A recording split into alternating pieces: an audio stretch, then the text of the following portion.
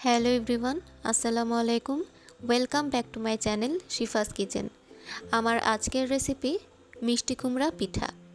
এই পিঠাটা দেখতে যেমন সুন্দর হয়, খেতেও কিন্তু তার থেকে বেশি মজা হয়।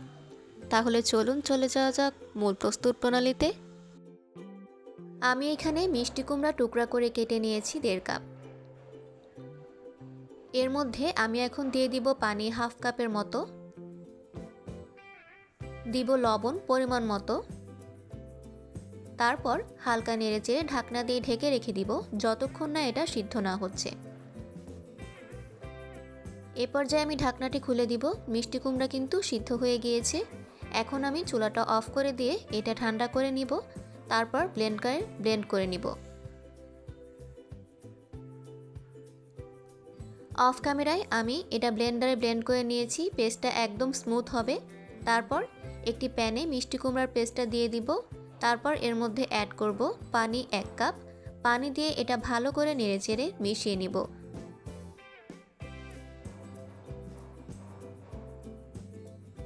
এটা কিন্তু অনবরত নাড়তে থাকতে হবে, তা না হলে নিচে লেগে যেতে পারে।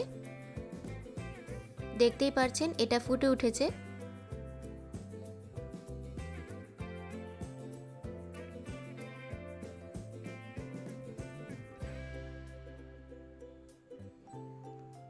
এ পর্যায়ে আমি এর মধ্যে দিয়ে দিব ভেজা চালের গুঁড়া। আমি এখানে 1.5 কাপের মতো চালের গুঁড়া দিয়েছি। এ পর্যায়ে এসে চুলার আঁচটা লো হিটে থাকবে। এখন আমি এটা ঢেকে দিব 2 মিনিটের জন্য।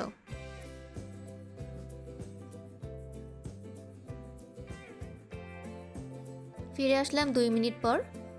এখন আমি এটা নেড়েচেড়ে ভালো করে মিশিয়ে নিব।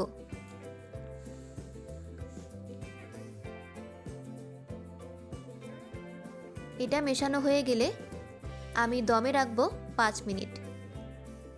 5 মিনিট দমে রেখে আমি এদিকে পিঠার পুরটা রেডি করে নিব। তার জন্য একটি প্যানে দিয়ে দিব ফ্রেশ নারকেল কোড়া 1টি। তারপর এর মধ্যে দিব খেজুর গুড় 1 কাপ। তারপর ফ্লেভারের জন্য দিব মুখ ফাটানো এলাচ 2টি। এরপর আমি অ্যাড করব তেজপাতা 1টি। তারপর হালকা নেড়েচেড়ে এর মধ্যে দিব লবণ সামান্য। তারপর আমি মিডিয়াম আঁচে গুড়টা গলে যাওয়া পর্যন্ত অনবরত নাড়তে থাকবো। দেখতেই পাচ্ছেন গুড়টা গলে গিয়েছে এবং আঠালো একটা ভাব এসেছে।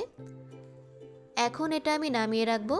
এখানে আমার ডোটাও রেডি হয়ে গিয়েছে এবং পারফেক্টলি সিদ্ধ হয়েছে। এখন এটা আমি উঠিয়ে নিব।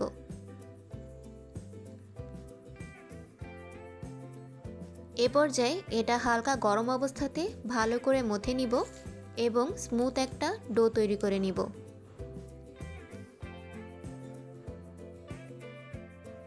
আমার ডোটা ভালো করে মথে নেওয়া হয়ে গিয়েছে।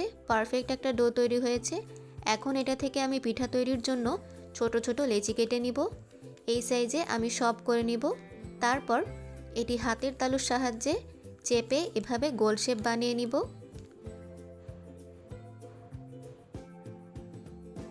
তারপর এটাকে চেপে চেপে বাটির শেপ করে নিব। তারপর এর মধ্যে আমি নারকেলের পুরটা দিয়ে দিব। পুরটা দিয়ে ভালো করে পিঠার মুখ এভাবে বন্ধ করে দিব।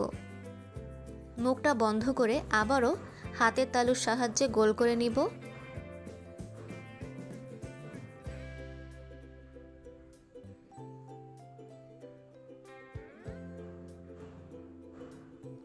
পিঠার ডিজাইন করার জন্য আমি এরকম একটা চামচ নিয়ে নিয়েছি।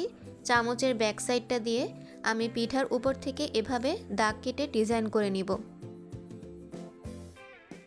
তারপর সব সাইড থেকে এভাবে দাগ কেটে মিষ্টি কুমড়ার মতো ডিজাইন করে নিব।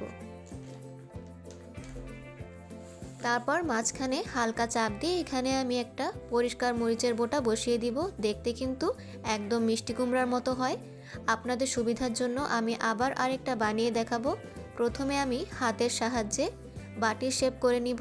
তারপর এর মধ্যে দিব নারকেল পুর দিয়ে পিঠার মুখ ভালো করে বন্ধ করে দিব। তারপর আবারও গোল শেপ করে নিব।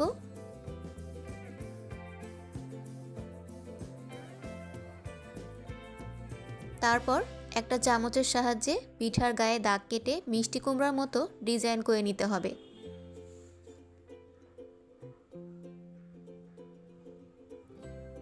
ডিজাইন করা হয়ে গেলে মাঝখানে চাপ দিয়ে পরিষ্কার করে নেওয়া একটা মরিচের বোঁটা মাঝখানে বসিয়ে দিব। সবগুলো পিঠা আমি এভাবে তৈরি করে নিব। দেখতেই পাচ্ছেন আমার সবগুলো পিঠা তৈরি করে নেওয়া হয়ে গিয়েছে। এখন এই পিঠাগুলো আমি ভাপ দিয়ে নিব। তার জন্য অফ ক্যামেরায় আমি রাইস কুকার স্টিমারে পানি বসিয়ে রেখেছিলাম। এখন এর উপরে আমি হালকা তেল ব্রাশ করে নিব, এতে করে পিঠাগুলো উঠে আসতে ইজি হবে। তারপর আমি সবগুলো পিঠা এক এক করে দিয়ে দিব।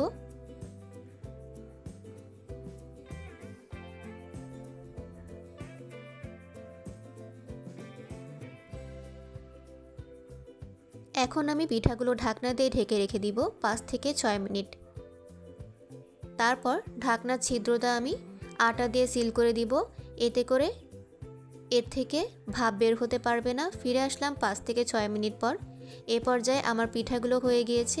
এখন এগুলো উঠিয়ে নিব। দেখতেই পারছেন পিঠাটা কতটা সফট হয়েছে এবং ভাঙলেই পুরটা বের হয়ে আসছে। আপনারা শীত চলে যাওয়ার আগে এই পিঠাটা একবার হলেও ট্রাই করে দেখুন, খেতে কিন্তু অনেক মজা হয়। আমার এই পিঠার রেসিপিটা যদি আপনাদের কাছে ভালো লেগে থাকে তাহলে অবশ্যই আমার ভিডিওটা শেয়ার করে দিবেন এবং আমার চ্যানেলটিকে সাবস্ক্রাইব করে আমার পাশেই থাকবেন। ধন্যবাদ।